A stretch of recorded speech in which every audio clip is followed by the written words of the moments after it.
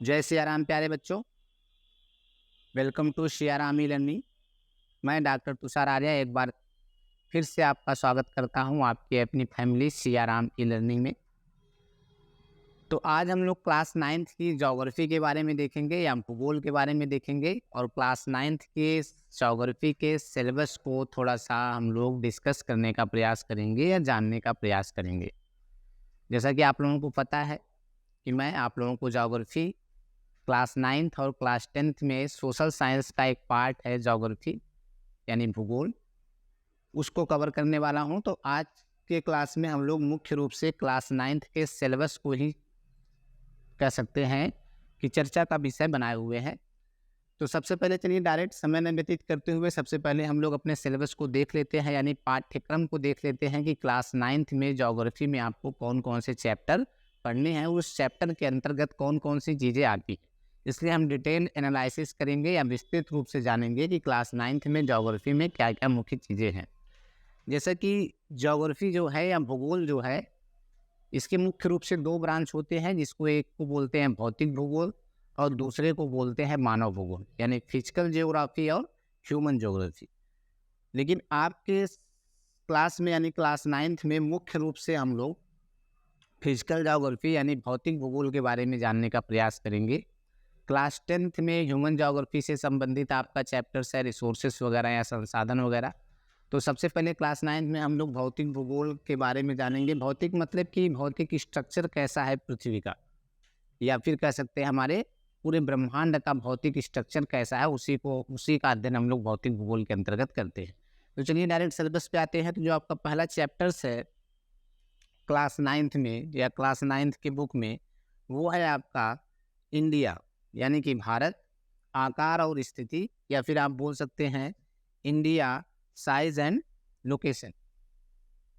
India के बारे में आपको पढ़ना, उसके साइज और उसके लोकेशन के बारे में, अर्थात भारत का आकार कैसा है और उसकी स्थिति किस स्थान पर है पूरे ग्लोब पर, पूरे पृथ्वी पर। जैसा कि आप लोग जानते हैं कि पूरी पृथ्वी पर अलग अलग देश हैं या पूरी पृथ्वी पर अलग अलग महाद्वीप हैं, अलग अलग महासागर हैं।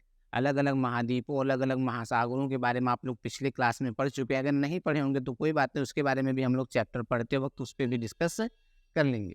लेकिन मुख्य रूप से हमको क्या जानना है कि भारत का आकार कैसा है। पहला टॉपिक ही आपका इस चैप्टर में है भारत का आकार, यानी किस साइज का या किस आकार का भारत देश आपका है।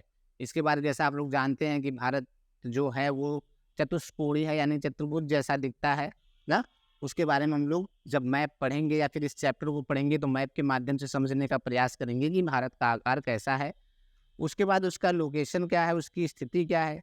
जैसे किसी भी देश या भूगोल में किसी भी देश या किसी भी स्थान की स्थिति दर्शाने के लिए पूरी पृथ्वी पर हम लोग लैटिट्यूड्स एंड लैंगिट्यूड्स का प्रयोग करते हैं, अक्षांश एवं देशांतर का प्रयोग करते हैं। तो विभिन्न प्रकार के अक्षांश एवं देशांतर के बारे में जानने के बाद हम भारत की स्थिति के बारे में चर्चा करेंगे जब ये चैप्टर हम लोग शुरू करेंगे। अभी बस हम लोग सिलेबस का डिस्कस कर रहे हैं। तो भारत का आकार यानी उसका साइज क्या है, वो कितना बड़ा है, कितने क्षेत्र में फैला हुआ है, पूरे विश्व में उसकी क्या स्थिति है, या पूरे विश्व में कौन से नंबर का वो देश छोटा है, कौन सा बड़ा है, ये सब चीज़ों के बारे में बात करेंगे। उसी तरीके से हम लोग लोकेशन के बारे में बात करेंगे या स्थिति के बारे में बात करेंगे। वर्ल्ड मैप पर भारत की स्थिति कहाँ पर है या भारत कहाँ पर स्थित है। उसके बाद जो तीसरा टॉपिक है आपका India and the world, Bharat तथा विश्व। भारत का हम लोग अध्ययन करेंगे विश्व के संदर्भ में कि विश्व के संदर्भ में भारत की स्थिति कहाँ है या भारत कहाँ पर है, या भारत विश्व का भारत में क्या स्थान है। उसके बाद इंडिया के यानी भारत के कुछ पड़ोसी देशों के बारे में बात करेंगे, इंडिया नेबर्स। जैसे कि भाई आप हैं तो आपके भी कुछ न कुछ अगल बगल रहने वाले जो परिवार है वो आपके पड़ोसी हैं। उसी तरीके से अगर हम भारत के परिप्रेक्ष्य में, इंडिया के परिप्रेक्ष्य में बात करें कि इंडिया के अगल बगल और कौन कौन से देश हैं, उनको हम लोग क्या करते हैं नेबर्स ऑफ इंडिया। तो उनके बारे में हम लोग जानेंगे कि इंडिया के अगल बगल और कौन कौन से देश हैं। जैसे आप लोग कुछ प्रमुख देशों के बारे में जानते हैं, जैसे पाकिस्तान है जो आपका भाई है ना, या फिर आप दुश्मन भी कह सकते हैं, भाई भाई तो दुश्मन होते ही हैं। उसके बाद बांग्लादेश है ना। इस तरीके से बहुत सारे ऐसे देश हैं जो भारत के पड़ोसी देशों के नाम से जाने जाते हैं या भारत के पड़ोस में मिलते हैं। उनके पड़ोसी देशों के बारे में जानेंगे कि उनके पड़ोसी देश कैसे हैं और कौन कौन से मुख्य रूप से भारत के पड़ोसी देश हैं। ठीक, आगे बढ़ेंगे हम लोग। तो जनरल स्थिति भारत की जानने के बाद, भारत का लोकेशन जानने के बाद, भारत का आकार जानने के बाद, भारत के आसपास के देशों के बारे में जानने के बाद, फिर हम लोग आएंगे चैप्टर 2 पे। और जो दूसरा चैप्टर है आपका, उसका नाम है physical features of India, Bharat का भौतिक स्वरूप। भारत का भौतिक स्वरूप या फिजिकल फीचर्स ऑफ इंडिया।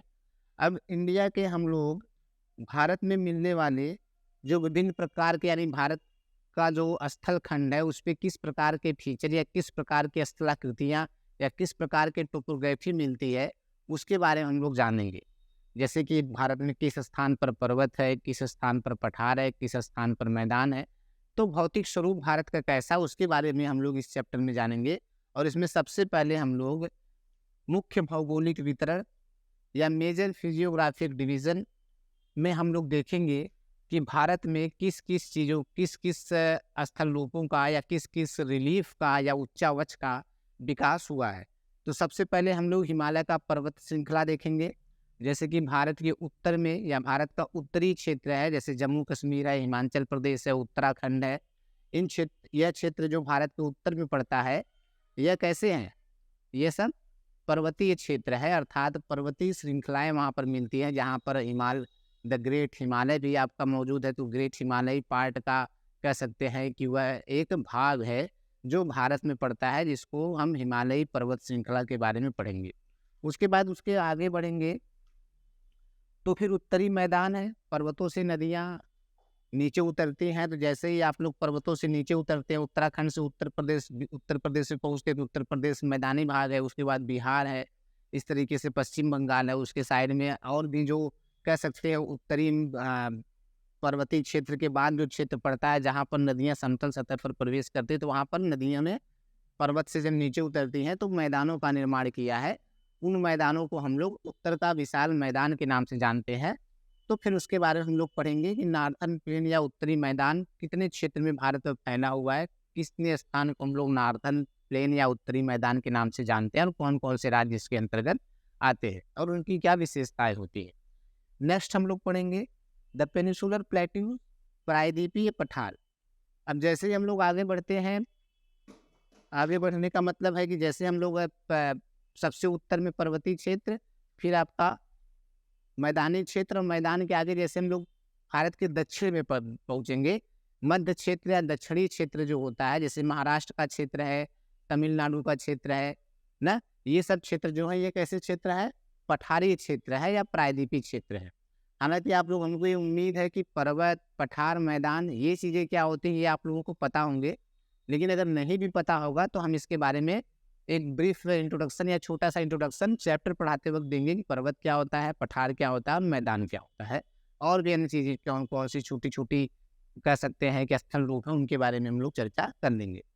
तो उत्तर में पढ़ेंगे तो जैसे ही हम लोग दक्षिण में बढ़ेंगे तो वहाँ पर प्रायद्वीपीय भारत यानी पठारी क्षेत्र के बारे में हम लोग पढ़ेंगे। पठार भारत में किस क्षेत्र में पाए जाते हैं और उसकी क्या स्थिति है।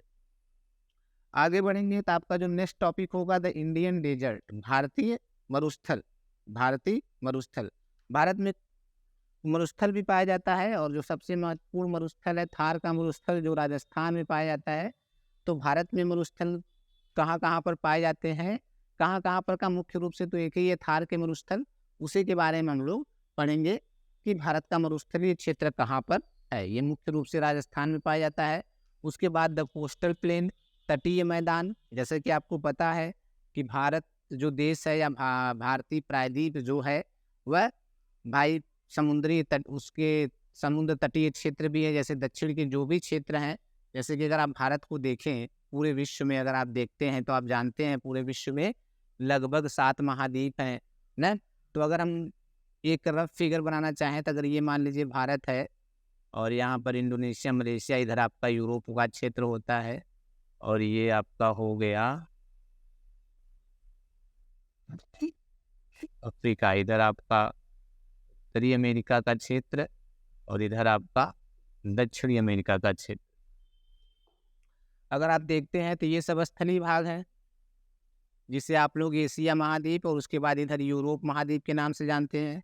ये अफ्रीका महाद्वीप, ये दक्षिणी अमेरिका, ये उत्तरी अमेरिका ना। इधर आपका नॉर्थ पोल पड़ता है, इधर आपका साउथ पोल पड़ता है, इधर आपका ऑस्ट्रेलिया भी है ना, इधर आपका ऑस्ट्रेलिया है। बाकी ये जो बचे हुए क्षेत्र है ये सब क्या है, महासागर है, जलीय क्षेत्र है। क्या है, जलीय क्षेत्र है। अलग अलग क्षेत्रों को, अलग अलग जलीय क्षेत्रों को अलग अलग महासागर के नाम से जानते हैं। ये हम लोग मैप के माध्यम से पढ़ेंगे। तो अगर हम भारत की देखें तो भारत यहाँ है, तो ये भारत के कुछ क्षेत्र जो इधर आप कह सकते हैं दक्षिण वाले हैं, ये सब समुद्र तटीय क्षेत्र है, यानी समुद्र से लगे हुए क्षेत्र है। इधर तो मान लीजिए स्थलीय क्षेत्र है, लेकिन इधर क्या है, समुद्र तटीय क्षेत्र है। तो समुद्र तटीय क्षेत्रों में समुद्र तटीय मैदान भी पाए जाते हैं, यानी समुद्र के लहरों के द्वारा या समुद्रों के द्वारा किनारे पर छोटे छोटे प्लेन बनाए जाते हैं या मैदान बनाए जाते हैं। तो उन कोस्टल प्लेन के बारे में हम लोग चर्चा करेंगे या पढ़ेंगे इस टॉपिक में।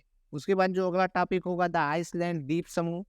उसके बाद कुछ स्थलखंड जो समुद्र के बीच में किसी वजह से उनका निर्माण हो जाता है तो उसको हम लोग द्वीप समूह बोलते हैं। अगर हम भारत के द्वीप समूहों की बात करें तो आपको पता है अंडमान निकोबार द्वीप समूह भारत के दक्षिण में पाया जाता है।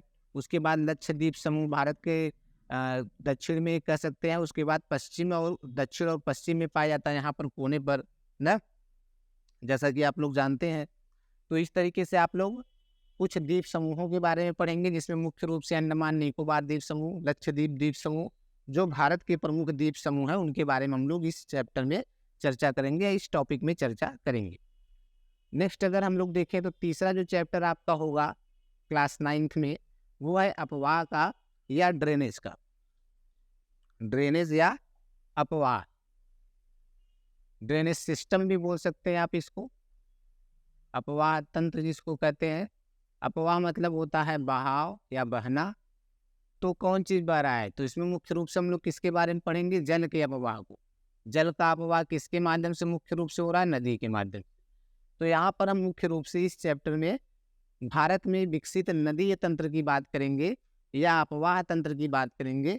तो अगर हम इसमें देखें तो तंत्र किस तरीके से आप लोग अलग अलग टॉपिक के अंतर्गत पढ़ सकते हैं।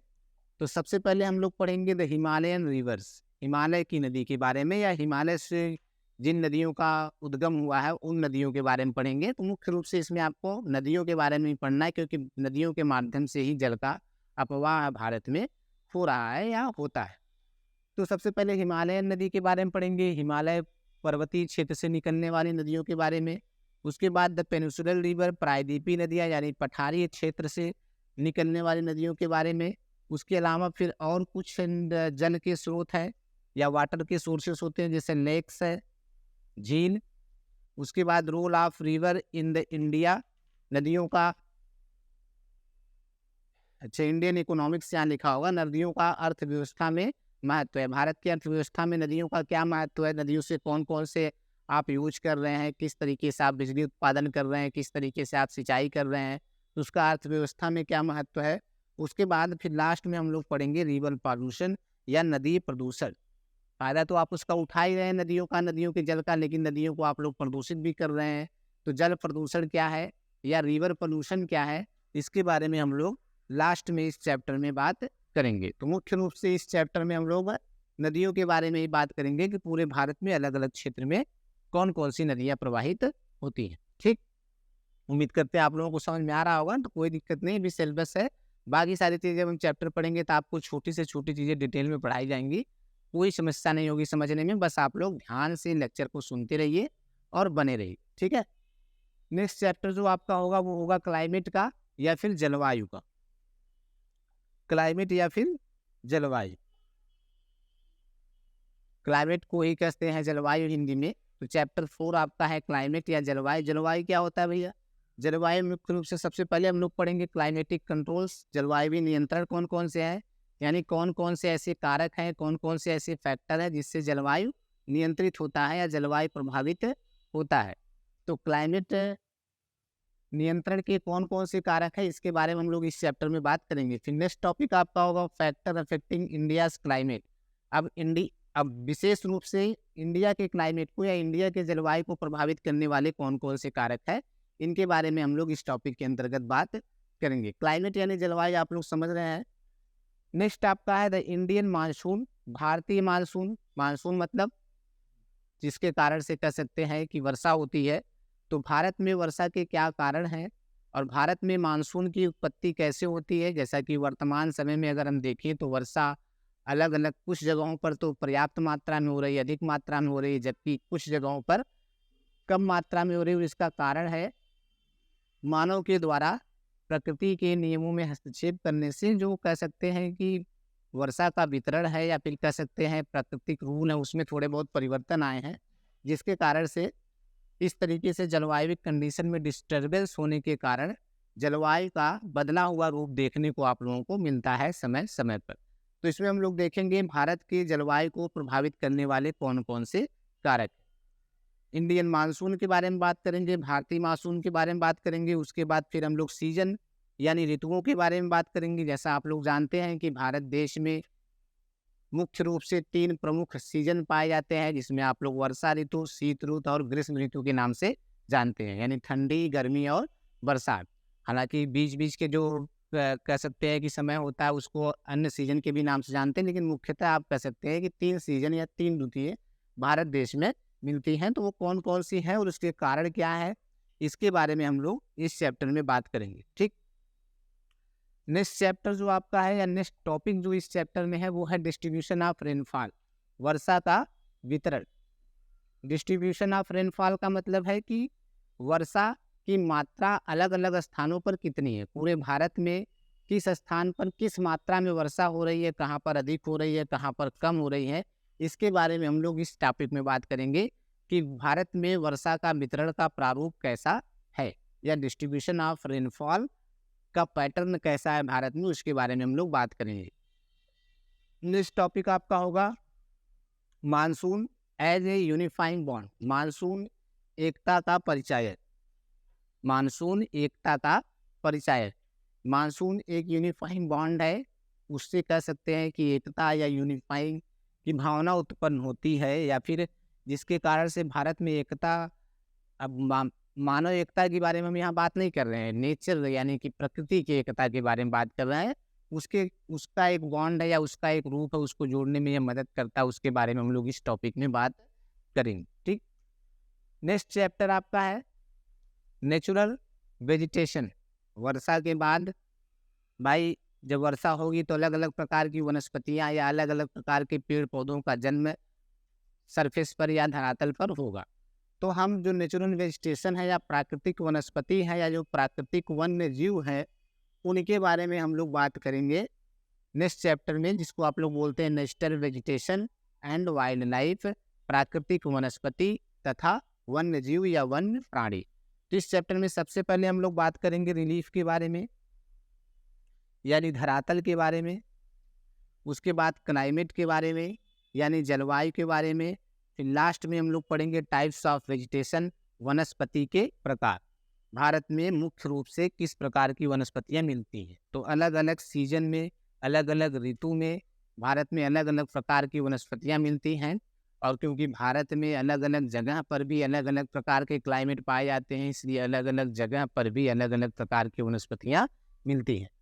तो अगर हम इन वनस्पतियों को देखें तो मुख्य रूप से आप कह सकते हैं कि भारत में 3 प्रकार की वनस्पतियों का विकास हुआ है या फिर और भी है, लेकिन अगर मोटे तौर पर देखें तो सबसे पहले आपका है टाइप्स ऑफ वेजिटेशन में जो पहला प्रकार है ट्रॉपिकल एवरग्रीन फॉरेस्ट या उष्णकटिबंधीय सदाबहार वन। उष्णकटिबंधीय सदाबहार वन मतलब ऐसे क्षेत्र जो गर्म स्थानों पर होते हैं, वर्षा भी वहाँ पर अधिक होती है, गर्मी भी अधिक पाई जाती है। जैसे भूमध्य रेखीय जो क्षेत्र होते हैं, वैसे भारत में अगर हम बात करें तो जो कह सकते हैं कि पर्वतीय क्षेत्र है वहाँ पर वर्षा अधिक होती है, और क्योंकि गर्मी भी समय समय पर पड़ती रहती है तो वहाँ पर उष्णकटिबंधीय सदाबहार वन पाए जाते हैं जो हमेशा हरे भरे होते हैं ना। डिटेल में चर्चा हम लोग इसके बारे में करेंगे। उसके बाद ट्रॉपिकल डिसीडियस फॉरेस्ट है, उष्णकटिबंधीय पर्णपाती वन। उसके बाद tropical thorn forest and scrubs, उष्णकटिबंधीय कटीले वन एवं झाड़ियाँ। उसके बाद माउंटेन फॉरेस्ट यानी कि पर्वतीय वन। नेक्स्ट आपका है मैंग्रोव फॉरेस्ट यानी कि मैंग्रोव वन, और लास्ट में हम लोग वाइल्ड लाइफ के बारे में पढ़ेंगे। वाइल्ड लाइफ मतलब वन्य जीव यानी कि जंगल में या वन में पाए जाने वाले जीव जंतुओं के बारे में पढ़ेंगे वनस्पति के अलावा। ठीक है, तो इस तरीके से ये विभिन्न प्रकार के वेजिटेशन के बारे में हम लोग आपको चैप्टर नंबर 5 में पढ़ते हुए दिखेंगे या पढ़ाते हुए दिखेंगे। नेक्स्ट चैप्टर जो आपका है पॉपुलेशन या जनसंख्या। अब वनस्पति आ गई, वनस्पति आ गए, जल भी आ गया, स्थल तो आपके पास है ही, तो फिर जनसंख्या यानी कि मानव तो आएगा ही आएगा, मानव तो है ही। तो जन पॉपुलेशन के बारे में हम लोग पढ़ेंगे कि भारत में पॉपुलेशन की या मानव संख्या की क्या स्थिति है, उसके बारे में हम लोग सबसे पहले पढ़ेंगे। तो इसमें जो सबसे पहला टॉपिक होगा आपका वो होगा population size and distribution. Population का आकार कैसा है और उसका भारत में वितरण का कैसा है, कि भारत में किस स्थान पर अधिक जनसंख्या या किस स्थान पर कम जनसंख्या पाए जाते हैं, उसके कारण क्या है, ठीक, या उसके रीजन क्या है जिसके कारण से कुछ स्थानों पर कम और कुछ स्थानों पर अधिक जनसंख्या है, या फिर पूरे भारत में जनसंख्या का वितरण कैसा है। ठीक, नेक्स्ट आपका population growth and processes of population change, जनसंख्या वृद्धि एवं जनसंख्या परिवर्तन की प्रक्रिया। अब जैसे जैसे वर्तमान समय में आप देख रहे हैं कि जनसंख्या की वृद्धि तीव्र गति से हो रही है, तो उसके कारण क्या है, और उसके साथ साथ जनसंख्या में जो ये परिवर्तन आ रहा है इसकी प्रक्रिया के बारे में, किस कारण से आ रहा है, किस तरीके से आ रहा है, इसके बारे में हम लोग इस चैप्टर में और इस टॉपिक के अंतर्गत बात करेंगे। तो जिसमें मुख्य रूप से जनसंख्या वृद्धि, पॉपुलेशन ग्रोथ, आयु संरचना, एज कंपोजिशन, साक्षरता दर, लिटरेसी रेट्स, व्यवसायिक संरचना, ऑक्यूपेशन स्ट्रक्चर्स, उसके बाद प्राथमिक स्वास्थ्य, प्राइमरी हेल्थ, किशोर जनसंख्या या एडोलेसेंट के बारे में बात करेंगे। ठीक, इसके अलावा राष्ट्रीय जनसंख्या नीति, नेशनल पॉपुलेशन पॉलिसी के बारे में हम लोग बात करेंगे कि जनसंख्या को लेकर कौन कौन सी पॉलिसीज बनाई गई हैं, कौन कौन सी राष्ट्रीय पॉलिसी बनाई गई है, उसके बारे में हम लोग बात करेंगे। फिर राष्ट्रीय जनसंख्या नीति 2000 और किशोर यानी जो राष्ट्रीय जनसंख्या नीति 2000 में बनाया गया है उसका किशोर से यानी कि एडोलेसेंट से क्या संबंध है या उस पर उनका क्या प्रभाव है, इसके बारे में हम लोग मुख्य रूप से बात करेंगे। तो सब मिला जुला के सबसे पहले हम लोग भारत से शुरू करेंगे, भारत की आकार और स्थिति के बारे में जानते हैं। फिर भारत में कौन कौन से स्थल रूप हैं, किस स्थान पर पर्वत है, किस स्थान पर पठार है, किस स्थान पर मैदान है, इसके बारे में चर्चा करेंगे। उसके बाद भारत में अपवाह तंत्र कैसा है, यानी कि जल की प्राप्ति किस रूप में होती है, या जल के स्रोत भारत में कौन कौन से हैं। जैसे जल के स्रोत मुख्य रूप से नदी, तो नदी कौन कौन से है, पर्वतीय क्षेत्र में कौन सी नदी है, मैदानी क्षेत्र में कौन सी नदी है, पठारी क्षेत्र में कौन सी नदी है, उसके साथ साथ झीलों के बारे में पढ़ेंगे। ठीक, उसके बाद फिर हम लोग वनस्पति के बारे में पढ़ेंगे। फिर उसके बाद हम लोग पॉपुलेशन यानी जनसंख्या के बारे में पढ़ेंगे। इस तरीके से हमारा क्लास 9th का सिलेबस समाप्त होता है। आज के लिए इतना ही, और नेक्स्ट क्लास में हम जब मिलेंगे तो फिर पहले क्लास से यानी कि जो आपका पहला टॉपिक है size and location of India, उसके बारे में हम लोग डिटेल में चर्चा करेंगे और इस पूरे चैप्टर के बारे में डिटेल में चर्चा करेंगे आगे की क्लास में। तब तक के लिए आप लोग अपना ध्यान रखिए, मस्त रहिए, खेलते कूदते रहिए, और उसके बाद भाई इतना ही कह सकते हैं कि समय मिलने पर पढ़ते रहिए, क्योंकि आप लोग तो बहुत बिजी आदमी हैं। ठीक है, तो पढ़ाई करते रहिए। जल्दी मिलते हैं अगले क्लास में। धन्यवाद।